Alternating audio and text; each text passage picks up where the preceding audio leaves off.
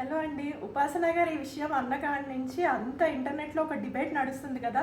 కొంతమంది ఏమో ఆవిడ ఫెర్టిలిటీ క్లినిక్స్లో క్లయింటైల్ పెంచుకోవడానికి చెప్తున్నారు అని, కొంతమంది ఏమో కరెక్టే కదా, మనకి ఐడియా ఉంటుంది మనం కెరీర్లో గ్రో అవ్వడానికి అని.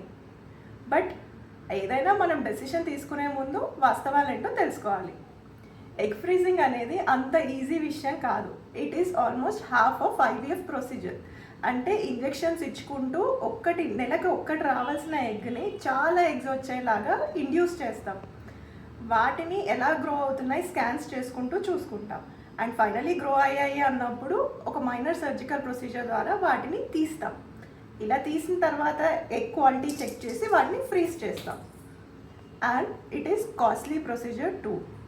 వచ్చిన ఎగ్స్ని మనం చాలా ఇయర్స్ సేవ్ చేసి ఆ తర్వాత ఎలా ఉన్నాయో మనకు కావాలి అనుకున్నప్పుడు దాని త్రూ ఫర్టిలైజేషన్ చేసి మళ్ళీ ఐవీఎఫ్ ద్వారా మనం ప్రెగ్నెంట్ అవుతాం. అండ్ ఏజ్ ఎక్కువ అయ్యాక మనం ప్రెగ్నెన్సీ తెచ్చుకుంటున్నాం, okay. But it is not just about the egg. మనం ఎలా ఉన్నాం అనేది కూడా ఇంపార్టెంట్.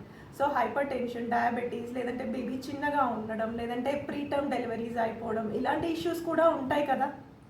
సో మీ కెరీర్ని, పర్సనల్ లైఫ్ని టిప్ టు టిప్ బ్యాలెన్స్ చేసుకుంటూ ముందుకెళ్ళండి. అదే సేఫెస్ట్ న్యాచురల్ వే. ఏదేమైనా సరే ఇలాంటి ఒక ఆప్షన్ ఉంది అని అయితే అందరికీ తెలిసింది కదా. ఇలాంటి ప్రొఫెషనల్ కంటెంట్ కోసం ఈ ఛానల్ని సబ్స్క్రైబ్ చేయండి.